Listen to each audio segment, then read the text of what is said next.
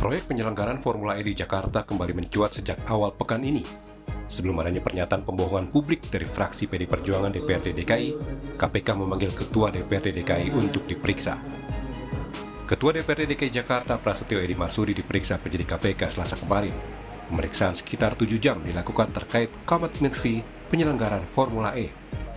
Prasetyo Edi menyampaikan masalah terkait penganggaran komitmen fee yang menelan biaya sebesar 560 miliar rupiah. Prasetyo mengungkapkan pembayaran komitmen fee dilakukan tanpa ada konfirmasi kepada DPRD DKI.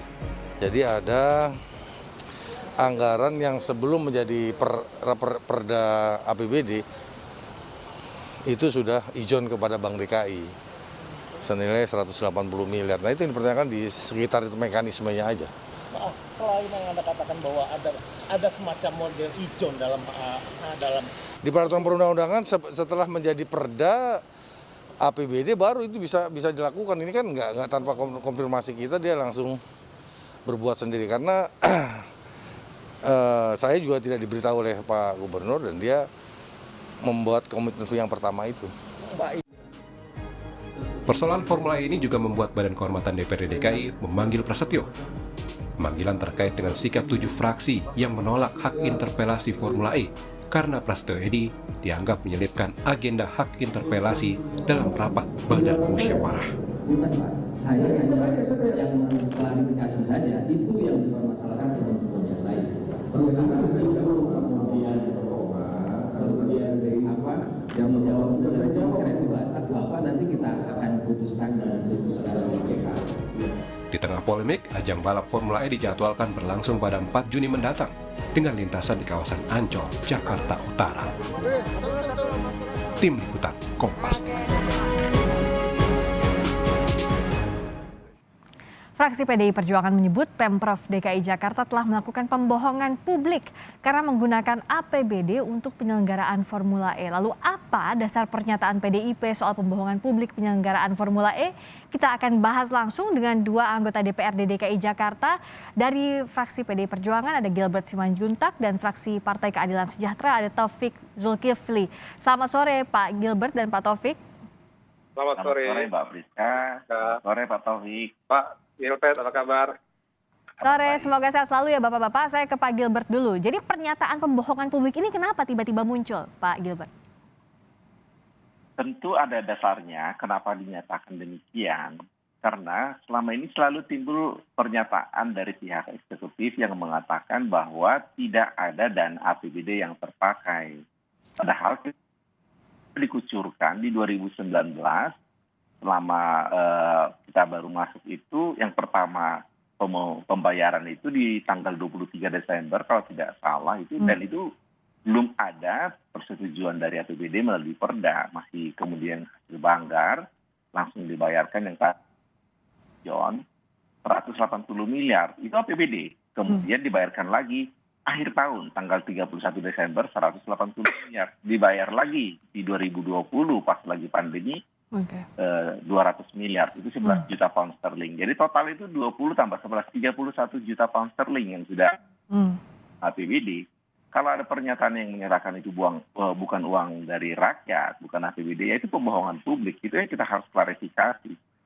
Oke. Saya kira itu yang... Saya minta dulu klarifikasi dari PKS. Nyatanya ada kalau datanya PDIP bahwa APBD yang digunakan 360M di 2019 juga 200M di APBD 2020. Ya, pertama ini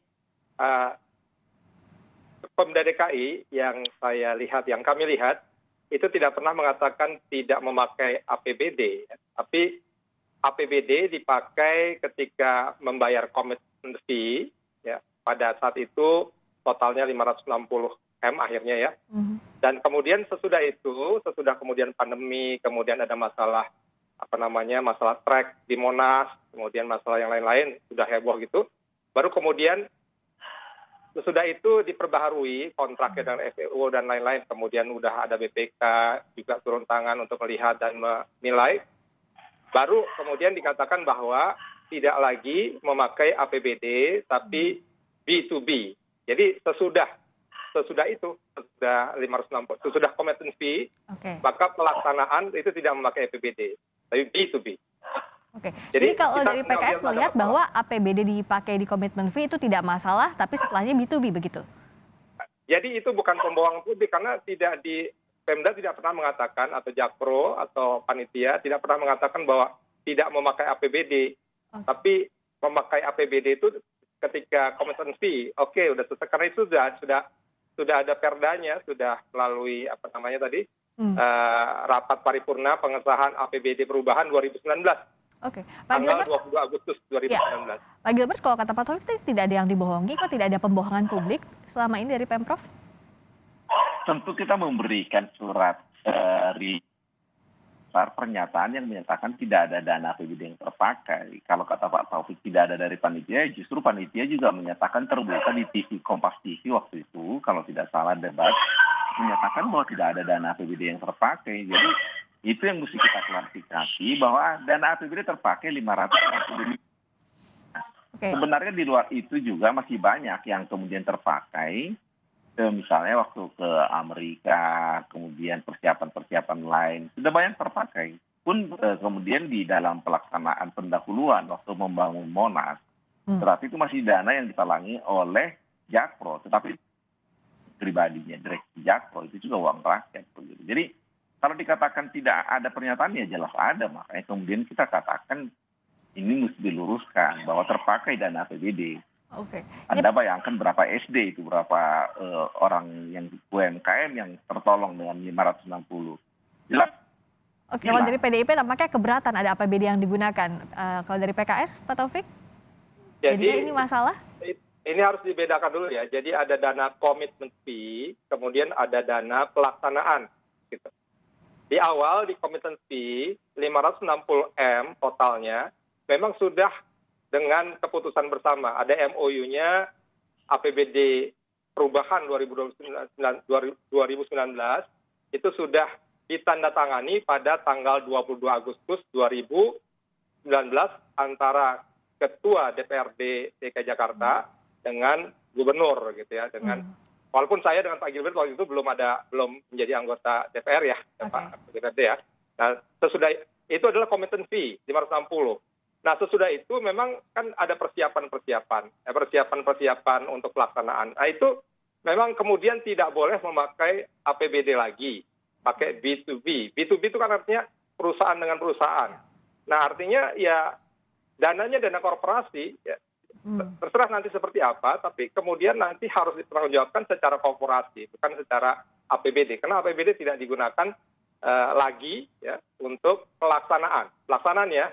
Jadi apakah bikin pembatas dan lain-lain di saat persiapan. Jadi kita melihatnya sudah cukup jelas dan sudah cukup on the track apa yang dilakukan oleh Jakpro saat itu. Oke, kalau pelaksanaannya bisnis to bisnis, tapi komitmen fee pakai APBD dan tadi diketahui oleh Pemprov maupun DPRD DKI, ada Ketua DPRD. Berarti kalau begitu Pak Gilbert gak ada masalah dong? Apa yang jadi masalah sebenarnya krusialnya? Begini, Mbak. Ada beberapa hal yang mungkin kita mesti sama-sama lihat sejak awal ini. Ini kegiatan yang bukan kegiatan mendesak, bukan kegiatan darurat, lalu dimasukkan ke dalam APBD perubahan. Kita sama-sama tahu ada undang-undang yang jelas ditabrak di sini. Bahwa undang-undang mengatakan yang boleh masuk APBD perubahan adalah untuk penyesuaian di tahun berjalan, pemasukan berapa, kemudian apakah target naik atau turun, keadaan darurat mendesak, dan kemudian penyesuaian terhadap rencana pemerintah pusat untuk jangka panjang.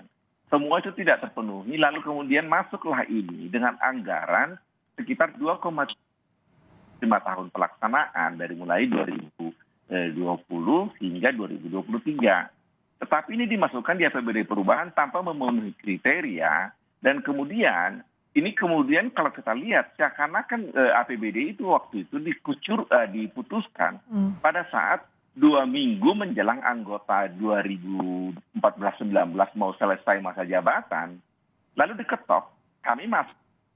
Yang hanya menerima jadi, ya tentu berlangsung dengan begitu saja. Jadi Anda bisa melihat bahwa sebenarnya ini prosesnya begitu dramatis, dana sebesar 2,3 triliun diketok di APBD perubahan bukan hal yang mendesak, dan kemudian itu dilakukan 2 minggu sebelum masa jabatan. Kalau mau ditelusuri lebih lanjut, coba dicek hadir pada waktu rapat paripurna itu. Oke, Pak. Karena ini itu jelas ya. berarti Pak Kalau Taufik? soal B2B, itu bukan kemudian B2B-nya itu terjadi dengan sendirinya. Tetapi kemudian hasil pemeriksaan BPK mengatakan tidak boleh lagi menggunakan APBD. Oke, baik. Lalu harus dilakukan dilanjut. Saya tanyakan karena sudah ini keluar ke 560 Pak miliar. Taufik. Tadi ada beberapa notes dari Pak Gilbert. Salah satunya ini dramatis prosesnya. saya kira kalau Pak Gilbert mengatakan ini tiba-tiba kemudian ini tidak mengindahkan peraturan yang ada 2 minggu sebelum dilantik, ini kan anggota sudah sangat tracknya itu dari rapat Komisi E, bukan di zaman kita ya, zaman anggota DPRD yang lalu, kemudian sudah Banggar, sudah kemudian KUHP-PAS dan seterusnya. Jadi kita nggak bisa bilang bahwa ini ilegal misalnya gitu ya. Ini terburu-buru, ini 2 minggu sebelum kita masuk gitu ya, anggota DPR yang baru. Karena ini sudah jalan, sama seperti rangkaian yang seluruhnya dari APBD tahun 2009, APBD perubahan tahun 2009 itu, yang jumlahnya sekitar 86 T atau berapa. Kalau kita katakan bahwa dana pengesahan dana community fee di APBD 2019 itu salah, maka semuanya yang 81 itu juga salah karena ditandatangan pada tanggal yang sama, 22 Agustus 2019. Apa yang mengganggu kalau PDIP melihatnya? Kalau tadi dianggap PKS bahwa ini tidak ada yang ilegal, semuanya legal prosesnya. Mbak Friska, kita harus melihat bahwa proses ini kan terjadi dengan dipaksakan. Kenapa bisa demikian? Saya kira itu yang kita tanyakan tadinya di interpelasi. Kenapa harus dipaksakan pada waktu itu sehingga kemudian seakan-akan yang mau selesai ini ya dengan tanpa mikir panjang, toh bukan tanggung jawab saya lalu ketok begitu. Jadi kalau dikatakan tanggung jawab 81 ya mereka sudah mau selesai. Dan yang seharusnya yang kalau mau ditelusuri lebih parah, kenapa diusulkan bukan yang 81 yang disalahkan? Kenapa gubernur mengusulkan ini di tengah orang sudah mau selesai masa jabatan, sedangkan gubernur masih panjang sampai 2022, 16 Oktober. Ya tentu yang 81 ini tidak terlalu mikir banyak melihat ini dikerjakan dari Komisi E. Komisi E juga mungkin sudah selesai masa jabatannya. Tidak bisa mengatakan bahwa ini kesalahan di DPRD, tidak. Inisiasinya awal dari ide ini adanya dari gubernur. Waktu tiba-tiba dari Kolombia, tiba-tiba dalam perjalanan pertemuan gubernur sedunia dari Kolombia, Bogota, langsung ke New York. Dan tiba-tiba tanggal 22 Agustus sudah tanda tangani MOU di New York. Apakah itu melibatkan 81 anggota? Ya tidak. Jadi kalau dikatakan bahwa itu DPRD, tidak. DPRD itu saya melihat tengah ditodong itu. Jadi jangan dikatakan kita yang DPRD ini kemudian menyetujui bulat-bulat. Saya kira psikologis tidak. Oke, Pak Taufik, lihatnya Ya, proses ini akan jadi masalah atau tidak ke depannya? Saya kira tidak ya, karena ini adalah urusan dari DPRD periode 2014-2019 dan mereka sudah bekerja dengan baik dan juga semua ya sudah mengetok atau dengan ketokan dari pimpinan ketua DPRD ya antar ketua dan wakil ketua itu sudah jadi APBD perubahan tahun 2019 dan bukan hanya komitmen fee untuk Formula E tapi semua. Nah kalau kita salahkan ini ada yang disisipkan atau apa, yaitu waktu itu kejadiannya adalah 106 anggota DPRD sudah menyetujui dalam sebuah rapat paripurna. Jadi alangkah lebih baiknya kalau kita melihatnya ke depan, jangan kita nyalain orang yang lalu berarti kalau seperti itu. Oh iya, kalau PKS lihatnya sudah, tapi berikutnya proses ke depannya soal penyelenggaraan Formula E yang harus diawasi. Terakhir PDIP dari Pak Gilbert singkat saja. Jadi sekarang apa yang dilakukan dari PDIP? Karena kan ini sudah berjalan ya, sudah diketuk. Kita juga melihat ke depan, justru ke depan ini lebih banyak masalah. Apakah kemudian kita membiarkan 560 miliar itu sia-sia begitu saja? Jadi langkah dari PDIP? Apakah kemudian bagaimana? Langkah dari PDIP apa yang dilakukan terkait ini? Ya kita minta itu ditunda, karena kalau tidak dilaksanakan sekarang makin rugi. Itu yang kita minta. Oke. Waktu kemarin, kalau ditunda saya kira makin rugi juga tuh. Lebih rugi kalau ditunda ya. Lebih rugi kalau dikerjakan sekarang. Kalau ditunda belum tentu. Karena dengan kondisi pandemi sekarang tidak ada penonton. Dan hasil audit BPK juga mengatakan tunda dulu. Kaji ulang apakah BPK ada tidak mengatakan itu BPK hasilnya BPK memberikan tetapi kemudian tidak dikerjakan. rekomendasi kecurangan. antara lain adalah Nah, kalau bahwa kita dana yang melihat dipakai lagi, adalah dana bahwa dana yang dikucurkan ini akan kembali. Ini adalah kehilangan yang sia-sia sebenarnya. Baik. Pak Gilbert, Pak Taufik kita lihat ditunda atau jalan terus, ini yang akan dipantau ke depannya. Sedikit lagi, Baik. Mbak. Saya Sudah tidak habis melihat waktu bahwa ini kita. akan bisa dilaksanakan. Oke, baik. Kita akan lihat nanti bagaimana penerapannya, lanjut terus ataukah ditunda Formula E ini.